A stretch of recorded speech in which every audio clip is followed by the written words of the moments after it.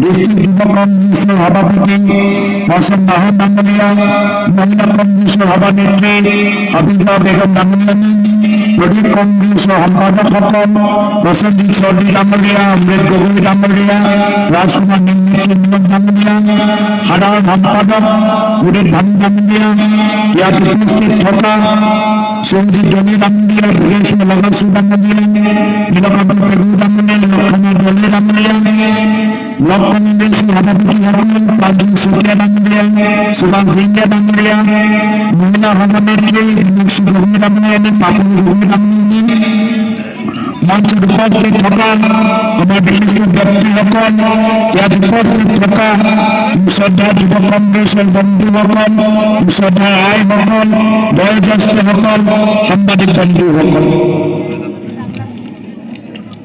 জাতি দৰ্শক, আজি কিয় এই শীৰ্ষক পদযাত্ৰা প্ৰদেশ যুৱ কংগ্ৰেছে আৰম্ভ কৰিবলৈ বাধ্য হৈছে? শ্ৰদ্ধা ৰাইজ, আপোনালোকে নিজে বুজি পাইছে আজি অসমীয়া জাতি বিপদত আছে। আজি অসমীয়া জাতি এটা সংকট স্থিতিত আছে। আজি অসমীয়া জাতি সুৰক্ষিত হৈ থকা নাই। কিয় সুৰক্ষিত হৈ থকা নাই? যে আমাৰ মাটি অধিকাৰ আমাৰ ওচৰত নাই, মাটি পট্টা আমাৰ হাতত নাই। হয়, আগতে বহু দিনৰ পৰা দুখীয়া মানুহ ওচৰত মাটি পট্টা নাছিল, ভূমি অধিকাৰ নাছিল। কিন্তু এইবাৰ আটাইতকৈ বেছি বিপদজনক স্থিতি। তাৰ কাৰণ কিয়? তাৰ কাৰণ হ'ল দিছপুৰত বহি থকা ৰজা এই মামা মামীৰ বাবে। এতিয়া দিছপুৰত বহি থকা মামা মামী য'তে মাটি দেখা পায় মাটি নিজৰ নামত লৈ নহ'লে আদানী আম্বানী বিক্ৰী কৰি পেলায়।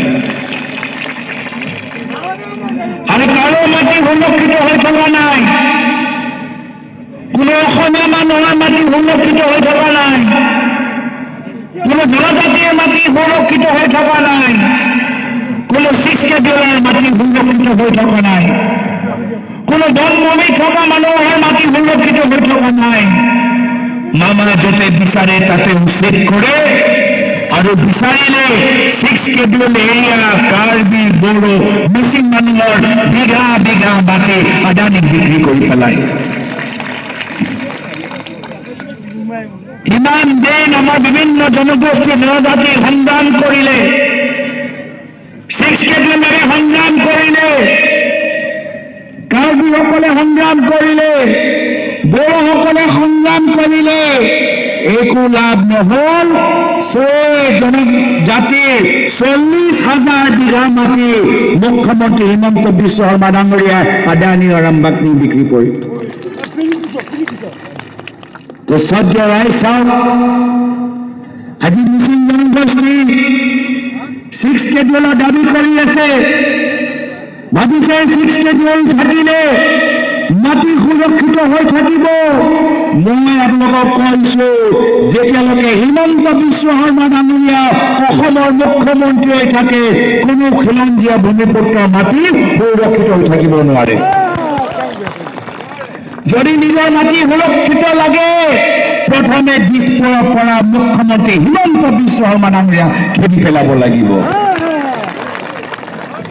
যদি নিজৰ মাটি সুৰক্ষিত লাগে তেতিয়া দিছপুৰৰ পৰা মামা মামী অপশাসন শেষ কৰিব লাগিব। এইকাৰণে আমি কৈছো, ৰাইজক মজা দিয়াবোৰক এইবাৰ ৰাইজে মজা দিব। এবাৰ ৰাইজ একত্ৰিত হৈছে, মামা মামীৰ বিৰুদ্ধে অসমৰ ৰাইজ একত্ৰিত হৈছে। এই আমাৰ জনগোষ্ঠীয়ে হওক, জনজাতিয়ে হওক, অসমীয়া হওক, চুতীয়া হওক, বঙালী হওক, ভোজপুৰী হওক, কাৰ্বি হওক, বড়ো হওক, ৰাভা হওক, আদিবাসী হওক, অসমৰ ৰাইজ একত্ৰিত হৈছে। অসমৰ ৰাইজৰ জয়টো নিশ্চিত।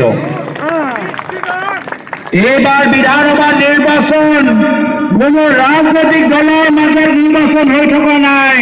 এইবাৰ নিৰ্বাচন অসমৰ জনসাধাৰণ বনাম হিমন্ত বিশ্ব শৰ্মা ডাঙৰীয়া হৈ পৰিছে। আৰু আমি বিৰোধী দলবোৰ অসমৰ ৰাইজৰ লগত আছো, অসমৰ ৰাইজৰ হাত আৰু মজবুত কৰিবলৈ আহি আছো। সেইকাৰণে ভয় কৰিব নালাগে। এইবাৰ নিৰ্বাচন পৃথক হ'ব। বিজেপি দলে ভাবে যে তেওঁলোকে ধন বল, তেওঁলোকৰ ওচৰত আছে ধন বল, তেওঁলোকৰ ওচৰত আছে বাহুবল, তেওঁলোকৰ ওচৰত আছে আৰক্ষী, তেওঁলোকৰ ওচৰত আছে ইনকাম টেক্স, তেওঁলোকৰ ওচৰত আছে ইডি। তেওঁলোকে ভাবে নিৰ্বাচন তেওঁলোকে জিকি যাব।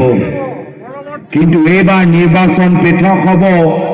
সমগ্ৰ ভাৰতৰ ভিতৰত বিভিন্ন ৰাজ্যত বিভিন্ন সময়ত নিৰ্বাচন হ'ব, কিন্তু অসমীয়া মানুহে দেখাব যে কেনেদৰে যেতিয়া স্বাভিমানী ৰাইজ একত্ৰিত হৈ কেনেদৰে অহংকাৰক পৰাজিত কৰিব পাৰে। এটা বাৰ্তা আগন্তুক দিনত অসমৰ জনসাধাৰণে সমগ্ৰ ভাৰতৰ জনসাধাৰণক দিব যে কেনেদৰে যদি আমি একগোট হৈ যাওঁ, তেতিয়া সন্মুখত যিমানে শক্তিশালী অপশাসন কৰা, অন্যায় কৰা, চিণ্ডিকেট চলোৱা মানুহ কিয় নাথাকক, ৰাইজ যেতিয়া একত্ৰিত হয় ৰাইজক কোনো পৰাজিত কৰিব নোৱাৰে। এইবাৰ অসমৰ ৰাইজ জিকিব, এইবাৰ অসমৰ ৰাইজ জিকিব। আৰু যিদৰে ইতিহাসত বুৰঞ্জীত ৰামায়ণতে চাওক, মহাভাৰতৰ ইতিহাসত চাওক, শৰাইঘাটৰ ইতিহাস চাওক, যেতিয়া ৰাইজ একত্ৰিত হয় কোনো অহংকাৰী ৰজা নিজৰ ৰাজত্ব চলাব নোৱাৰে। আজি সেইকাৰণে মুখ্যমন্ত্ৰী আজি বিপদত আছে। আমাৰ মাজত ধৰ্মৰ নামত, জাতিৰ নামত, ভাষাৰ নামত আমাৰ লোকৰ মাজত বিভাজন সৃষ্টি কৰিবলৈ বিচাৰে।